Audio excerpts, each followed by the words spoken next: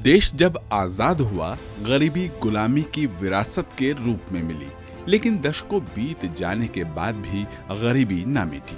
ग्रामीण भारत में पिछड़ापन, किसानों की दुर्दशा, एक कुशल नेतृत्व की कमी का सीधा प्रमाण था।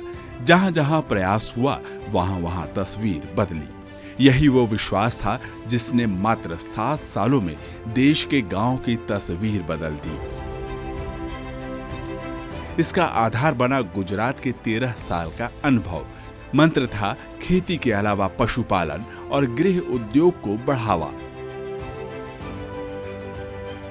पहले महिलाओं की बेबसी और युवाओं के मुरझाए चेहरे दिखाई देते थे। गांव के गलियारों में सपनों के पूरा होने की कोई उम्मीद की किरण नजर नहीं आती थी।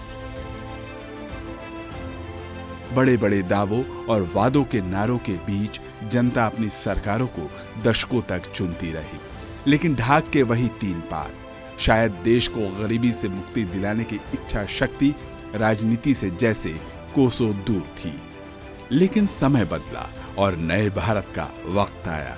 राजनीति में सेवा, समर्पण और सुशासन की भावना ने विकास का नया ताना बाना बुना।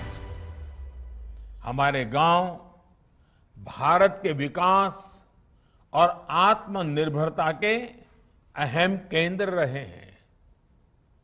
पूज्य महात्मा गांधी जी कहते थे, आत्मनिर्भरता से मेरा अर्थ है ऐसे गांव जो अपनी मूलभूत जरूरतों को पूरा करने के लिए आत्मनिर्भर हो।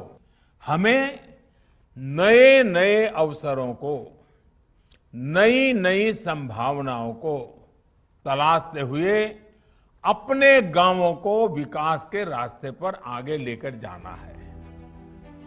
गांधी के ग्राम सुराज को जमीनी स्तर पर लागू करने की शुरुआत हुई।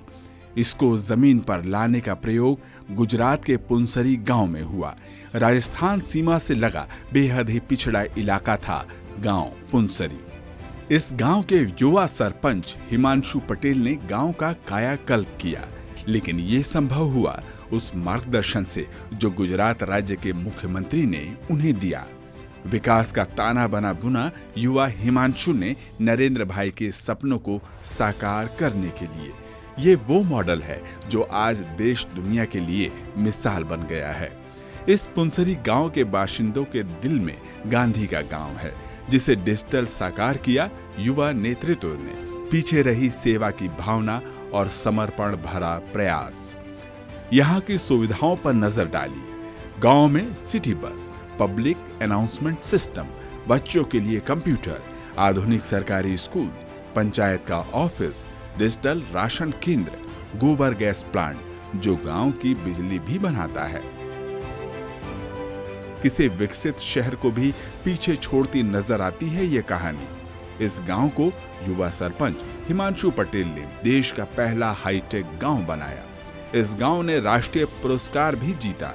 नरेंद्र मोदी के विकास का ये वही ताना बाना था जिसे तब की केंद्र सरकार ने भी माना था।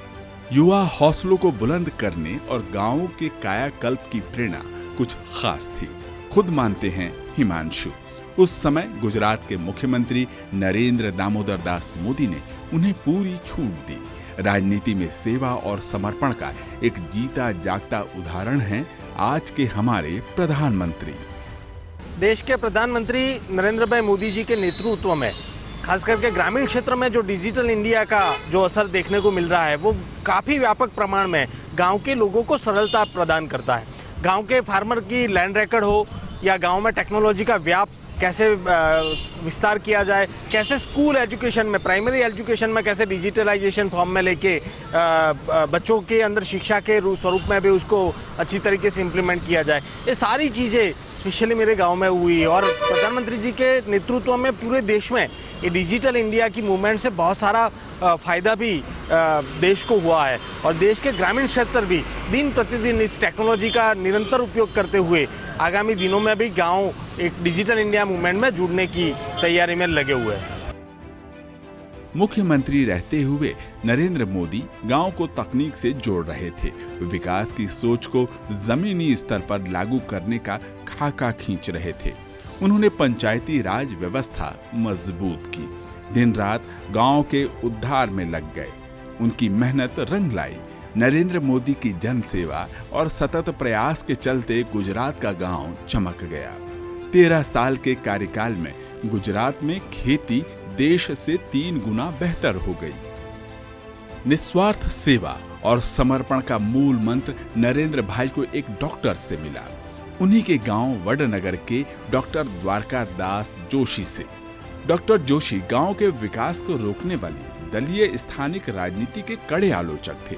उनका मानना था कि गांव में भोले भाले लोगों का देश बसता है। विकास के लिए नेताओं में राजनीति को छोड़ कुछ ठोस करने की इच्छा शक्ति होनी चाहिए। और यहीं से शुरू हुई पीएम मोदी की जन सेवा, समर्पण और सुशासन की प्रेरणा, जिसे नरेंद्र मोदी ने अपने जीवन का मूल मंत्र ही बना लिया। अभी नरेंद्र भाई और द्वारकादास भाई का संबंध गुरु शिष्य का ही पहले से ही रहा। उनके लिए बहुत आदर था, बहुत भावना थी। पिताजी को पूछा कि आप मेरे लिए क्या आदेश करते हो, मुझे क्या करना चाहिए गुजरात के लिए, ये सीएम होने के लिए नाते। तो पिताजी ने उनको इतना ही कहा कि तुम ग्राम स्वराज्य का नियम बना दो। एक संवेदनशील लोक सेवक तो मुख्यमंत्री नरेंद्र मोदी थे ही, राज्य की भरपूर सेवा भी कर रहे थे। लेकिन प्रधानमंत्री बनने के बाद उन्होंने अपने नए मंच के लिए अपना समर्पण बढ़ा कर लिया।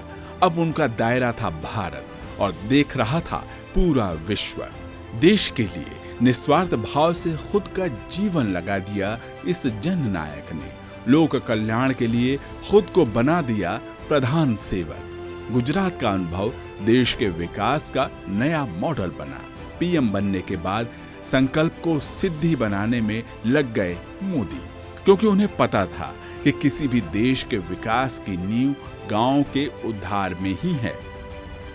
बीते 7 वर्षों में शुरू हुई अनेक योजनाओं का लाभ करोड़ों गरीबों को उनके घर तक पहुंचा है।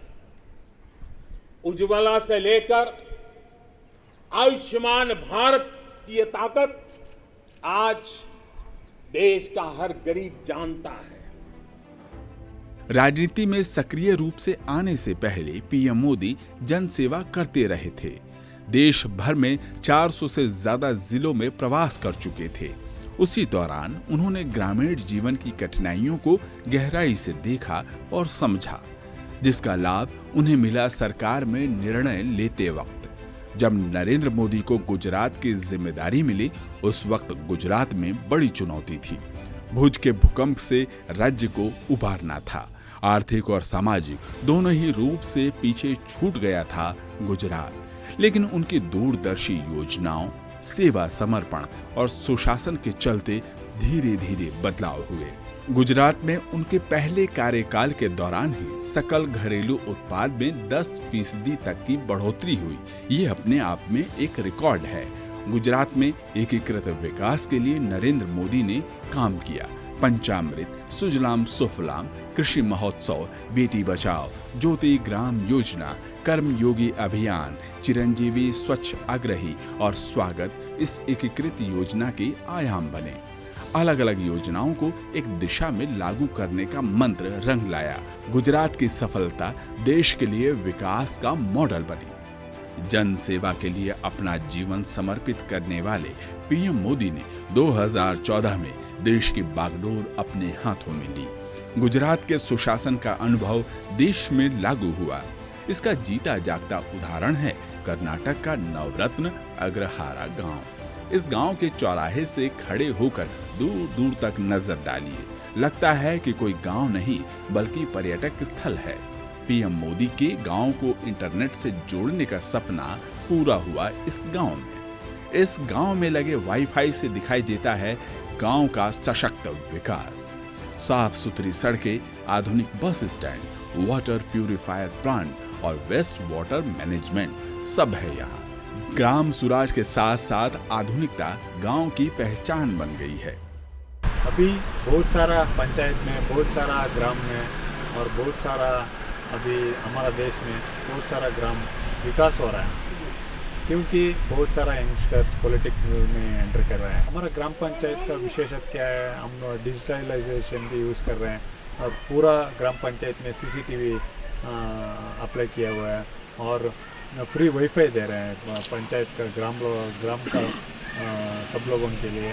और हमारा स्वच्छता के लिए बहुत सारा प्रामुख्यता देकर रोज उनका घर का पास जाकर हम लोग ये ड्राई वेस्ट और वेट वेस्ट का कलेक्शन भी कर रहे हैं।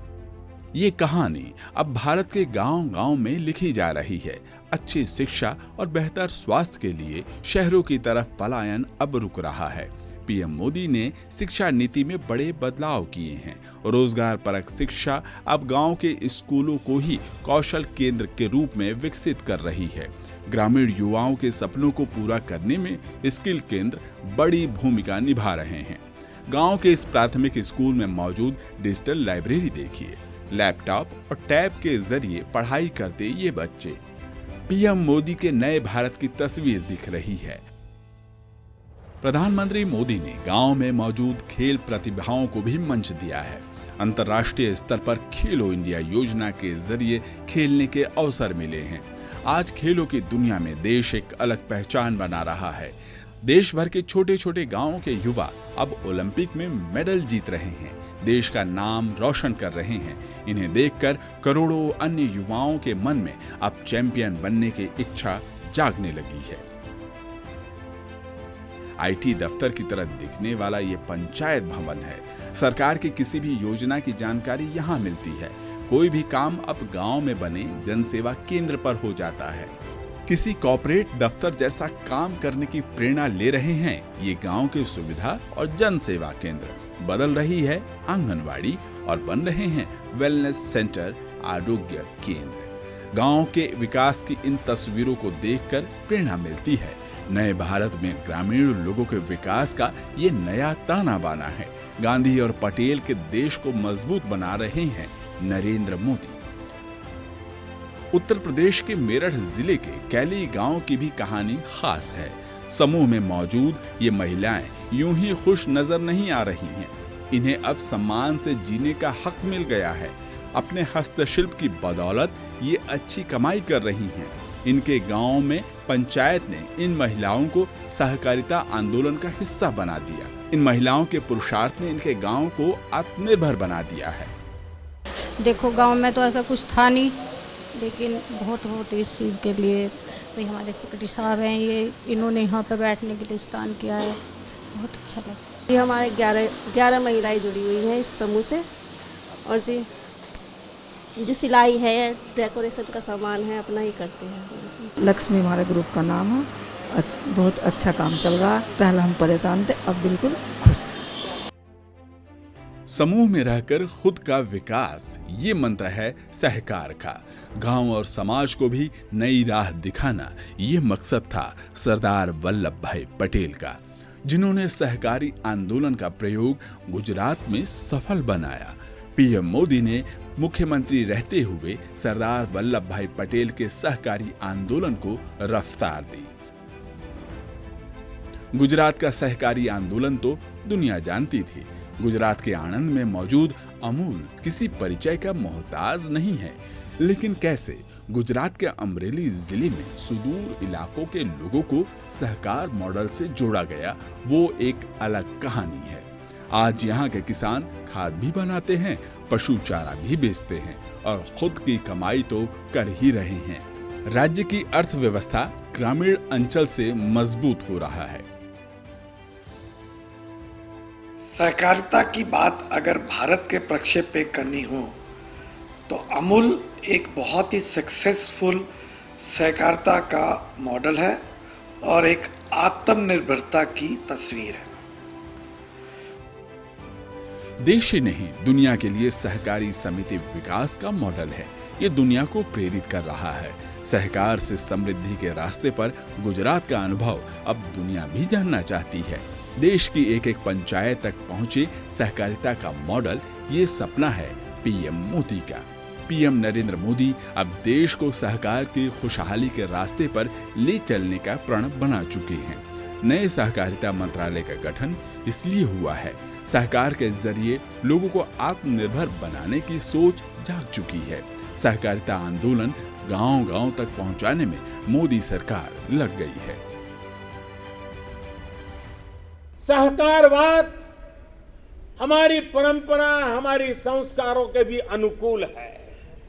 कोऑपरेटिव ये सिर्फ कानून नियमों की जंजाल वाली एक व्यवस्था नहीं है, बल्कि कोऑपरेटिव एक स्पिरिट है, कोऑपरेटिव एक संस्कार है, एक कोऑपरेटिव एक सामूहिक चलने की मन प्रवृत्ति है।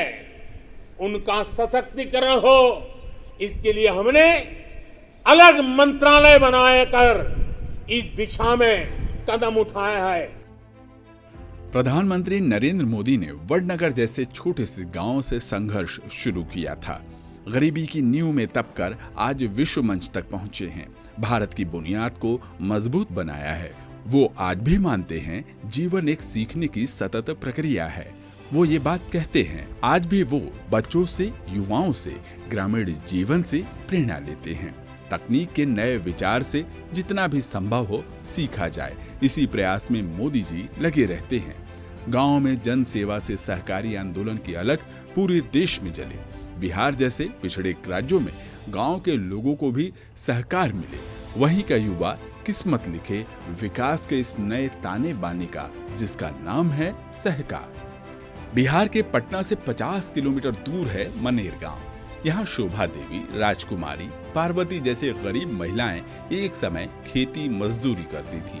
फसलों की कटाई बुआई के अलावा कोई काम धंधा इनके पास नहीं था। परिवार का पालन पोषण करना ही इनके लिए जीवन की सबसे बड़ी चुनौती थी। लेकिन पीएम मोदी के सहकार मॉडल ने समृद्धि की सोच का बीज बोया। बिहार के इन इलाकों में ये अलख जग चुकी है। अब ये महिलाएं मोदी सरकार की योजनाओं का लाभ ले रही हैं। प्रधानमंत्री नरेंद्र मोदी का सहकारी आंदोलन रोजगार भी दे रहा है और स्वरोजगार का हौसला भी। किसानों, ग्रामीणों, कारीगरों, भूमिहीन मजदूरों की जिंदगी बदल रहा है।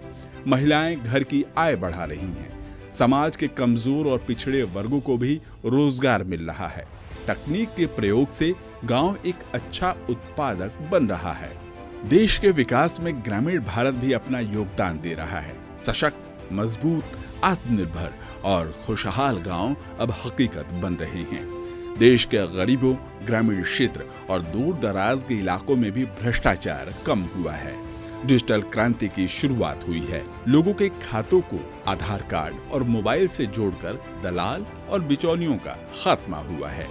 भ्रष्टाचार को जड़ से उखाड़ फेंका गया है। आज 1.5 लाख से ज्यादा पंचायतों में ब्रॉडबैंड का जाल है। देश के गांव में 3.5 लाख से ज्यादा कॉमन सर्विस सेंटर भी हैं। इनसे लोगों का जीवन बदलता नजर आ रहा है।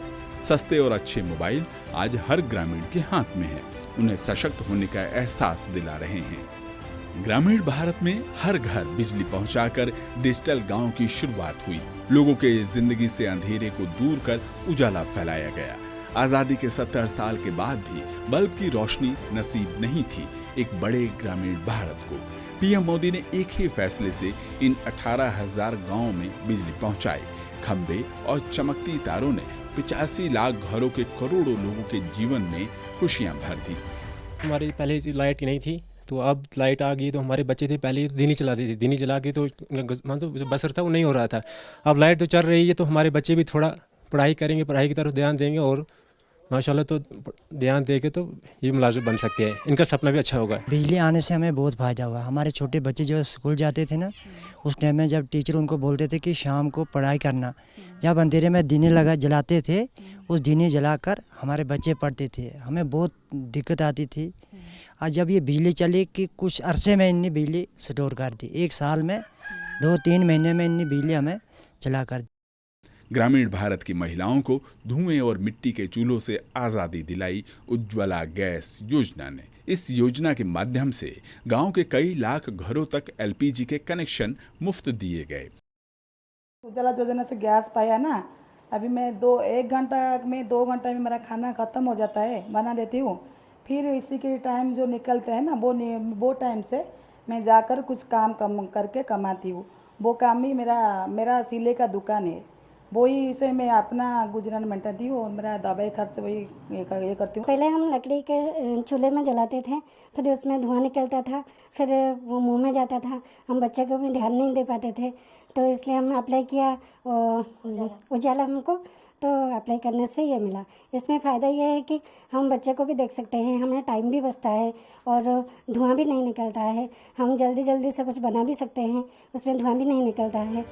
इतना ही नहीं, पंचायतों ने गांव-गांव की सड़कों को पक्का किया, सोलर से जलने वाली स्ट्रीट लाइटें लगाईं।